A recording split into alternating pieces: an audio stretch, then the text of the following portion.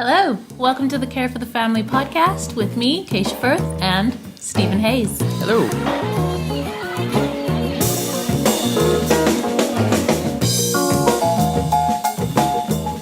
So Christmas is coming, which means people are thinking predominantly about what gifts to buy one another. Mm-hmm.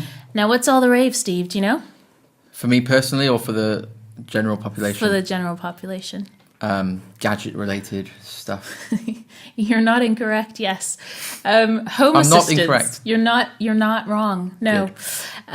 So Google, Facebook, and Amazon have these things called home assistant devices. Mm-hmm. You would know the Amazon Echo, which is a speaker, but they're actually bringing out tablets now that are meant to help you with all your homely things like switching on lights when you're in a different room and listening to music at your command, controlling your thermostat, and looking up recipes, just to name a few. Mm-hmm. So in today's episode, we're going to be looking into these smart devices and whether they'd be or they should be a welcome addition into our home. Excellent. Yeah. You looking at my piece of paper there, Stephen? Yep. Okay. So would you get a smart assistant? I think I don't hate the idea. However, I think I'm still probably of that generation that feels a little bit like the fear comes in more quicker than the benefits in my thinking. So, in theory, being able to say, turn on a light in here is nice. Hey, Alexa, turn on the light. Yeah. And it happens. But at the same time, I can just turn the light on. The switch is right there. Yeah, so yes. I think I'm not there yet, but I do think I'm probably delaying the inevitable because I think that's where technology's going. And I dare say it'll probably come to a point where you need these personal assistance devices to actually operate a lot of what we have in the home. I suppose it depends on what they can do, right? But let's not bash them for all that they're worth. There are definite benefits for these things, right? Yeah. So I was thinking about this because we don't have one yet. Or well, yet I don't think Drew would ever want us to get one, but we don't have one. Mm-hmm. But I was thinking, one of the bigger bugbears, especially when you're cooking, is you've looked up a recipe either on your laptop or on your phone, and you have to refer back to the recipe. But that means you're in the middle of cooking and then you go back to said device to either turn the screen back on or whatever. And got schmaltz on your hands. Schmaltz, you got chicken or whatever on your hands. So you always have to chicken all over your fingers. Just everywhere. Wash your hands, dry them before you can switch it back on. Yeah. Sorry. Sorry. Which is just annoying, right? Yeah. So there's a benefit if you can just call out and say, Alexa, show me said recipe. It is very convenient, and I think that does appeal to me, to be able to, just tell my device what to do. And in a way, those things already exist, right? Yeah. Because Siri's out there. Yeah. The Xbox does has Siri some sort of have does Apple have a Home Assistant thing? Apple doesn't. Well, technically that would be Siri, no? Yeah, I guess it would be, but personally, I've not got an Amazon. I've not got an Amazon Echo. However, to me, certainly judging by Siri, the technology is still not quite. I mean, are you going to test it out now? Yeah. Steven's picked up his phone, everyone. Siri, what do you think of Alexa? I think the acquisition of information and intelligence by human beings through virtual assistants is a very good thing. Okay, so Siri's game. That was brilliant. It was. That was so scripted. They've thought of everything, haven't they? So I think the technology is getting better, but at the moment, I think the biggest thing that stopped me is not the cost of the actual Amazon Dot or whatever, but the light bulbs that need to be able to talk to that are something like 30 quid each or more. Oh, right. And so I think all the accompanying things so expensive. Yeah. And you think, well, I can either spend loads on this and it'll be really novel and my friends will like me more, or you can just get a normal light bulb and turn it on. So I think I'll get to the point where I come to accept it, but at the moment I think I'm not quite there yet. All right. But I do totally see the benefits, though. I think you don't have to get off a seat. That's always a good thing. But is it, though? Wow. Is it? I think that's what we're here to discuss. Because surely that just spurs...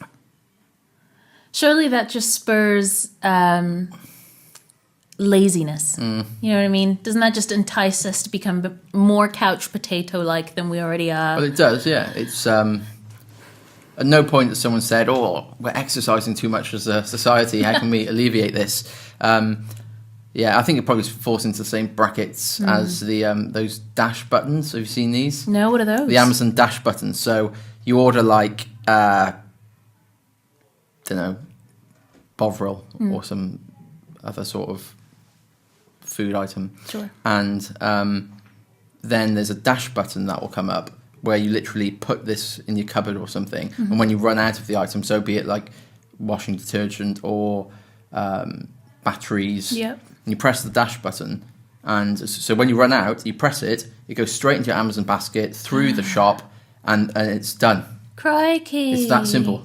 So, and part of me is like, ooh. So I ran out of dog food, and there's one for dog food. Yeah. And I thought, in the cupboard where I keep the dog food, I could just have this button, run out. I run out of food, press the button, it's in the post in an hour. See, we do it the old-fashioned way and keep a notepad and pen in an accessible drawer in the kitchen. So if we run out, we add it to the shopping list. Yeah, I mean that works too.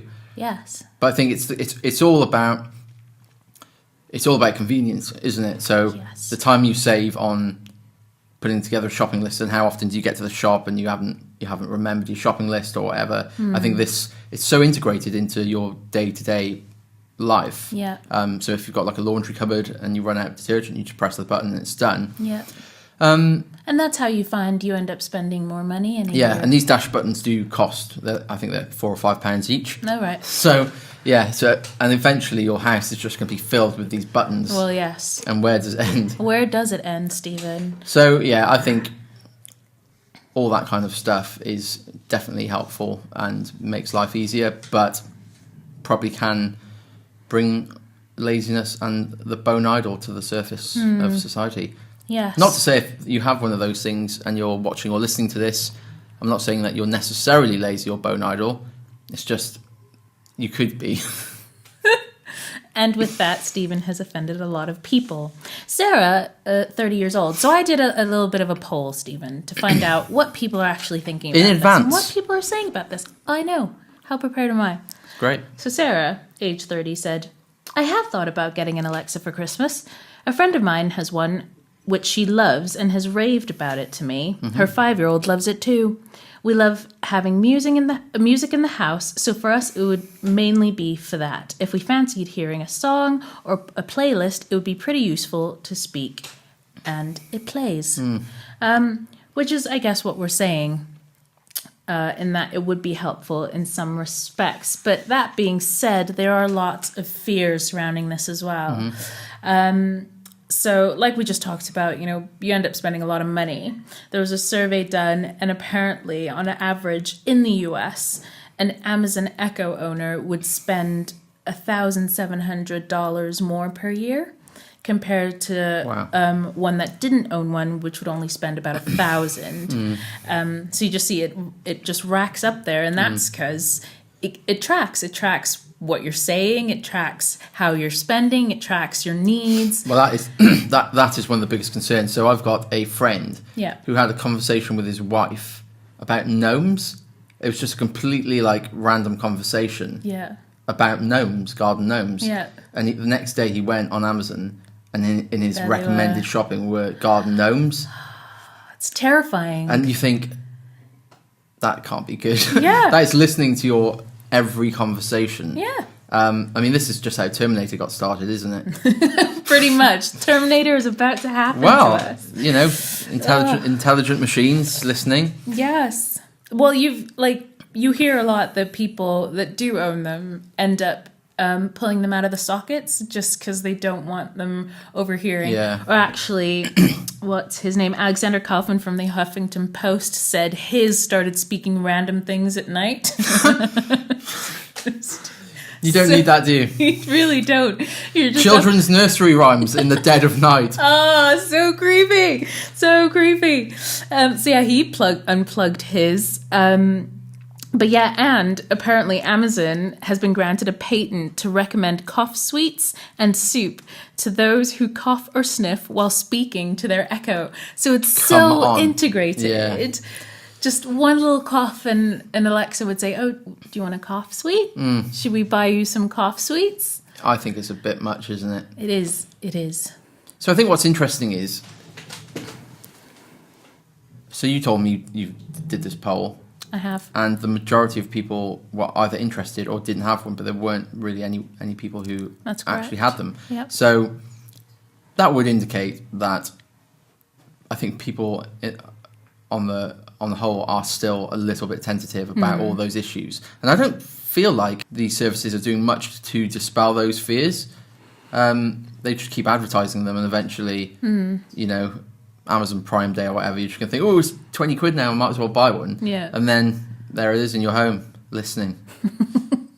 And your Siri and Alexa will be arguing in the middle of the night. And yeah. Should I read out some of these opinions? I found them quite funny. Yeah. So Dan says, I wouldn't buy one. I have remotes for TV and other gadgets I own. It's a step too far for me. My phone is enough. My 6-year-old wants one because her friend's parents have it. I can only imagine my 3-year-old shouting at it repeatedly. Do you know what? That's a good one. And also, were there people 50 years ago saying, "Don't get a remote. That's so lazy." You know, it's kind of like the next natural progression, isn't it? It's true. I'm sure people would have said, "You need a remote. Why don't you get up? Don't be so lazy. Go and press the button on the TV." Yeah, bless these guys, because you have to think about your kids in this as well. You know, the kids are just it's a new toy for the kids. They're just going to be constantly requesting things. Yeah, and because of the novelty. Yeah, I think because the novelty factor is so great at the moment. Yeah, you're just going to be checking to see what it can do. Yeah, rather than just naturally using it as part of your life. Yeah, and Dan's wife, Alicia, she chipped in and said, I want them to know how to research for themselves, think of keywords to use, and to be able to engage her own initiative. So I want us to use our hands to actually look things up on the internet. I found that an interesting point because, 20 years ago, we were still using encyclopedia. Yeah. So it's funny because the inevitable is coming in that technology replaces technology. You know, it replaces things continuously as we grow and come up with new things. Other things will be replaced. But I love that now for parents, it's actually no, you use your own hands to look things up. Whereas back in the day, it was no, you use your own hands and open that book. Yeah, you know. The thing is, though, and this is just a personal hypothesis.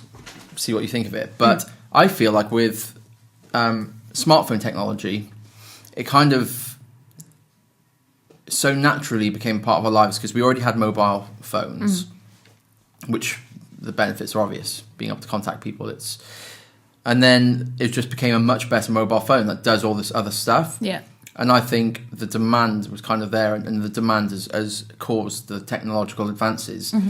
Whereas with the home stuff like Siri and the dash button, all this stuff, I feel like they're coming up with it and then telling us we need it rather than the consumers. Yeah. Because I think we're still... I think there's definitely been a switch there where it's like, we've got this amazing thing that'll do all this stuff in your home. Yeah. Here's why you need it. Here's why you should have it. But that is advertising, isn't it? It hits the need more than the wants. Like if you watch any new Apple commercial nowadays, it's, new Retina display to... help your photography needs. It was so inconvenient to unlock my phone using my thumbprint. I must use my face. Yeah, exactly. Yeah, it's true. I love it. Like I said, Terminator. Terminator. And, interestingly, there's a case going on in the US because Amazon is currently involved. Apparently, one of their Echoes overheard a murder take place. Now, they're not releasing my word. I know. They're not releasing said footage because of privacy laws or whatever.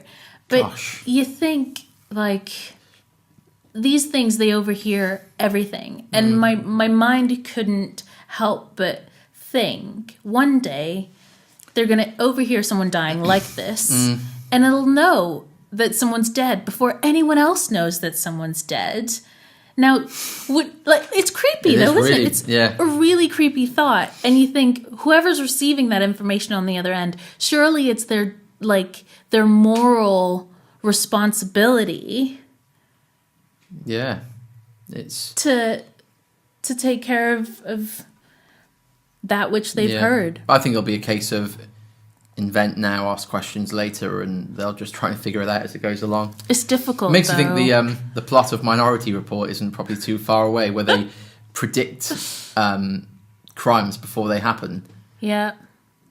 And whether or not these things will eventually hear, arguments in the home and think, oh, there's potential of violence in this house, or who knows? I mean, this might be far-fetched, but if it could be used for good by police or investigators or anything like that, then that is quite beneficial. But that would still go against people's privacy rights, wouldn't it? Like, where's the line there? And Amazon can't cross that at the moment, because then that just leads to them being able to feed back on other things that they overhear, let alone be honest about the fact that they're overhearing things. Do they admit to the fact that it's constantly listening? Not in so many words. Tell you what, let's go again.